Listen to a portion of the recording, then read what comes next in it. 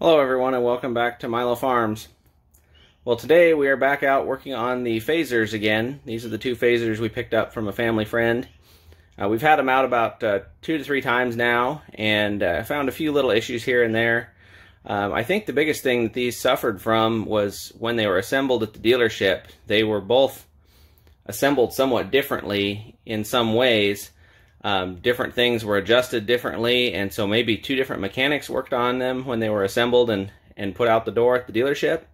I don't think anything was done by the previous owner because the gentleman didn't typically do a lot of work, in-depth work on anything that he had. He would usually take it straight to the dealership and have things done. So I think the issues really were at the dealership and not with the previous owner. But one thing we did notice is, if you've seen the previous videos, I can link in the description where we did the spark plugs and we did the UP Bushman steering kit. You can see right here, this position, it's hard to tell sitting in the trailer like it is, but if you look right here, the machine's basically sitting totally straight with the skis pointed totally forward, and you can see right here, the steering wheel or the handlebars are tilted slightly to the left. So as you're going down the trail, it's even more noticeable, but the handlebars are not pointing straight when you're going straight down the trail. So today we're going to be exploring how we can adjust that, and using some information from the service manual, we'll go in there and get to it. So the first thing we're going to want to do is take out the 4 screws on the windshield. This screw, and 2 on the other side. Then in this particular case, we'll remove that windshield bag, and all the different windshield bags remove differently. This one just has some Velcro that holds it on, just to get it out of the way. Okay, so we've got the windshield, and we've got the bag off of there. The next thing we're going to want to do is take off the headlight cover. And going forward here, I've already gone through and loosened all these pieces, so we're not going to waste a lot of time undoing bolts and things like that, but I'll talk about where the bolts are located. So right here, you take off the headlight cover. You've got a rubber grommet right here with a pin. So once you pop both those out in the back, you pull the entire thing back and take it off. It has little hooks on the front that hold it, and then there's the pins right there in the back. Sometimes those grommets will come off with the pins, so you need to go ahead and put the grommets back in the holes right here once you're done. So the next thing we're going to want to do is take the headlight off. So right here on the top of the headlight, there's a little plastic screw with a little keeper, and you'll go ahead and remove that plastic screw and the little keeper will pop right out. Then right here on each side of the headlight, here and over here, is a bolt, and it's a long bolt, and on the end of it is a little tiny keeper clevis pin.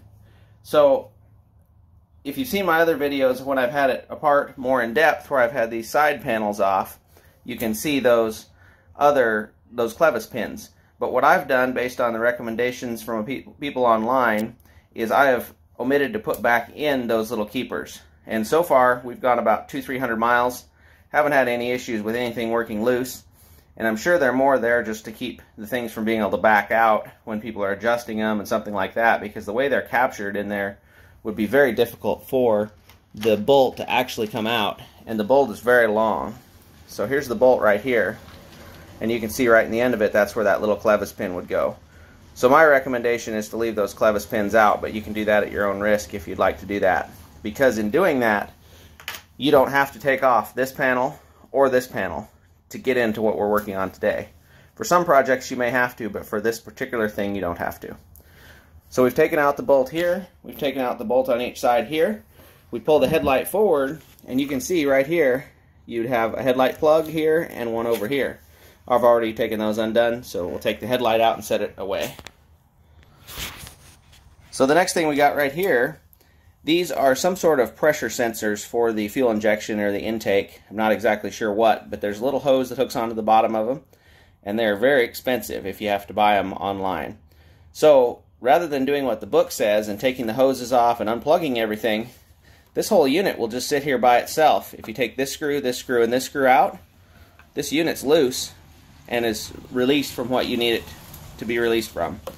Then over here you have an intake air temperature sensor. You just unplug that.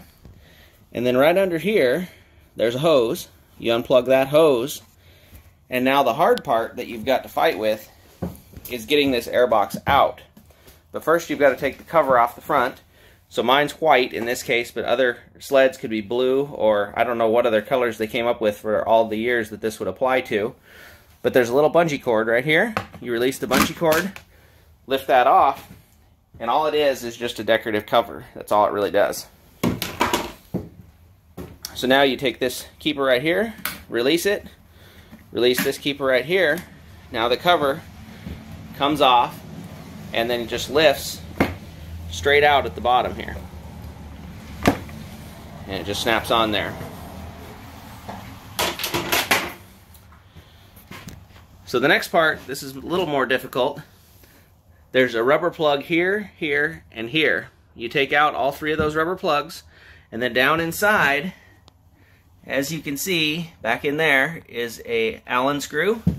There's one in that hole down inside and one in that hole down inside. Those screws are captured, so once you release them with a long Allen wrench or an Allen bit on a screwdriver, they will not fall out when you take the rest of the airbox off. So once we've gotten these three screws out here, we've released all three screws on this sensor rail. We've taken the airbox temperature sensor loose. We've taken this hose right back here loose. Some of the time savings comes in right here, but it's a little bit tighter getting the airbox past here. So if you're uncomfortable with that, you can release this screw right here and this screw right here. That will allow this white panel to have just a little bit of wiggle room to get it in and out. So if you're more comfortable doing it that way, you can. If not, you're ready to go ahead and try to get the airbox loosened up. But we have one more hose that we need to fight with on this. So if you lift up the front of the airbox just a little bit, wiggle it to the side, on the right hand side of the machine, right under here is about a 3/4 of an inch rubber hose. And it's the same rubber hose, I think, that comes up inside of here, but it has a connection back there to disconnect. So what I recommend using is a pair of these 90-degree needle nose pliers. I just picked these up at Harbor Freight, but I got 2 pairs of these. A guy I work with recommended them for a different project, and these have been one of the best tools I've had around for reaching in weird places on these machines and releasing clips on hoses and things like that. So if you have a pair of these, you can just go ahead and reach up under here kind of like that, grab that keeper, drop it down, and then jiggle the hose loose. So now this black piece in the front here is now loose and ready to be pulled out. Again, it's going to try to catch right here, and it's going to try to catch right here because we didn't release that top part. But in my case, I think we can get it out just fine, working it past there, and then go ahead and pull it up. So there it is right there.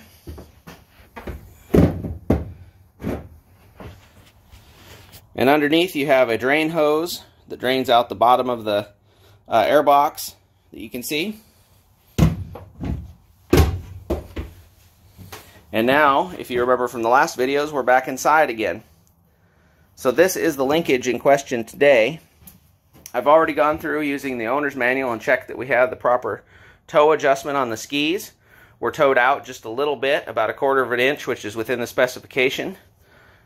Everything else looks to be good. All the other adjustments appear to be square, so it lies into either something being bent, which is not the case, or this rod right here is out of adjustment. And on the other machine, we found this rod to be out of adjustment substantially, to the point that you could tell just sitting in the shop something was wrong with it. So when I took it apart, I found that it was out of adjustment specifications. The specification is from the center of this bolt back here to the center of this is 12.26 inches. And in the book there's a millimeter specification for that, but 12.26 is what the correct number is, according to the book. And that could be different on every machine. If something was bent just slightly, you might have to compensate somewhere for something if you didn't want to fix what was actually bent. So what we're going to do is we're going to loosen this on both ends here, which is going to be interesting because I'm not going to take the rod out. And we're going to attempt, in this case, to lengthen the rod about 1/4 of an inch to compensate for those handlebars being crooked. And as I showed you in the beginning of the video, the handlebars are a little bit crooked, but when you actually get on the trail, they're quite a bit more crooked when you're actually out and can see the full view of the of the machine, not in the trailer. So I'm going to put the camera down for a second, try to get this rod loosened, and see if we can get this thing to adjust a little bit. Okay, so we went ahead and we got this nut loose right here, 14 millimeter, and we got this nut right back here loose, another 14 millimeter. Got to remember that this front bolt is right-hand thread just like normal, but this one back here is backwards because this is basically like a turnbuckle right here. So we're going to lengthen this rod, which we did. We lengthened it that much on each end. So if you add those two, basically 1/8 of an inch together, it's just about 1/4, and I think we need to go just shy of 1/4. So I took the tape measure, I stuck it back in here as best I could to get it just a guesstimate, and up to the center of this to get a guesstimate. It was very close to what that original specification was. So what we're going to do now is we're going to hold everything stationary with wrenches, and we're going to tighten this nut against this shaft right here to tighten this one up. Then, making sure everything's square, we're going to go back here and tighten this one the same exact way. I can go ahead and show you up here on the handlebars that we're now pointing dead ahead and possibly just a hair to the right. But I think that based on how it's sitting in the trailer and how it goes down the trail, I think that's going to be really, really close. So we're going to try that for now. It can't be any worse than it was. We're going to try that, and we'll go out and give it a run and see if it works, and it should be real close. And then next time I have it apart, if we need to tweak it just a little bit back the other way, then that can easily be done. But we know where we're at now and kind of what we need to do. So I'm going to go ahead and put everything back together. It goes back together in the exact opposite of what it came apart. The biggest things you want to make sure of when you're putting it back is the little oil drain hose or water drain hose that's on the bottom of the air box. Gets down into the hole here in the bottom where it's supposed to go, not kinked up out of the way somewhere. You want to make sure you have this hose reconnected and this hose here reconnected, and have the two sensors, or the temperature sensor and this rail that has the two sensors hooked on it correctly. Another thing while we have this apart that people are always asking about is the oil filter. It can be gotten to from here. It's right here under the whatever this round thing is that sticks out. That's the oil filter right down there. If you had a flashlight, you'd actually be able to see it pretty well in there. But it can be gotten from this side. It's just not pretty, but it can be done. So in the description below, I'll put links to my other 2 Phazer videos that I've done. I have one on replacing the spark plugs. I have another on doing the UP Bushman steering kit, which goes down in the bottom, right straight down here on that lower steering connection. You can't really see it in the dark down there, but that's where that UP Bushman kit goes. So check out those other videos. Please like, comment, subscribe. We'll see you next time at Milo Farms.